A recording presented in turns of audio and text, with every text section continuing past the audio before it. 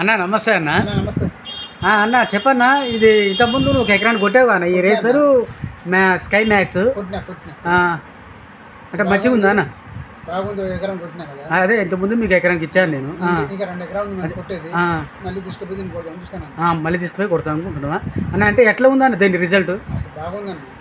ఇప్పుడు కొంచెం ఊట పడ్డ తోటలు చిన్న చిన్న పెద్ద చిన్న కర్రలు కొంచెం బాగా కలుపుకొని వస్తుంది. అంటే అసలు చిన్నగా ఉన్న తోట అసలు లేవనోళ్ళు తోట ఊట పడ్డ కాబట్టి ఓంపు సొంపు ఉన్న తోటలు మాత్రం రైతులు మాత్రం లేపుకొని వస్తుందండి. మంచి లేపుకొని వస్తుంది. దీనికి మాత్రం కొంచెం 10 ఆరవద్దు. 10 మీద 10 ఉంటే నేను ఎకరం కొట్టినా కదా మొన్న. బాగుంది. దాని పేరు తీసుకెళ్తాను. అంటే మంచి బుట్ట లెక్క మంచిగా వస్తుందన్న. ఆకులు పెద్ద పెద్ద వస్తాయి, చిగురు వస్తుంది.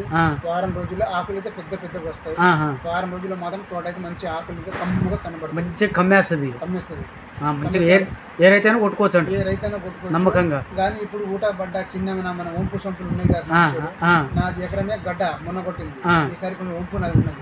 అందుకని తీసుకెళ్తాను. అదేలే. కానీ కొంచెం బుట్ట లెక్క కమ్మేస్తుంది. లెక్క ఆకులు అయితే పెద్ద పెద్ద వస్తాయి. సుమారు 4 ఇంచులు 3 ఇంచుల ఆకులు అయితే పెద్ద పెద్ద రైజర్ ఇది. అదేలే. కానీ ఎంత గజ్జి ముడతనా పోతుందన్న? ఎంత గజ్జి ముడత అయినా క్లియర్ అవుతుంది. మామూలు ఎరుపు చెట్టు ఉన్నా కానీ దీంతో మాత్రం నల్లగా ఆకులు అయితే పెద్ద పెద్దగా వస్తాయి. దీనికి అయితే కొట్టుకోవచ్చు. మన కొట్టాం కాబట్టి ధైర్యంతో మళ్ళీ 2 ఎకరం కొట్టా తీసుకెళ్తాను. అదేలేండి. కానీ చూశాను మీ తోట బాగుంది.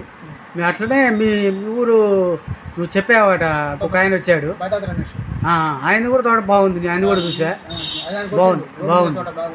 అవును. ఓకే అన్న. నన్ను చూసిన తర్వాత కొట్టిండు. బాగుంది. ఓకే అన్న, థ్యాంక్ యూ అన్న.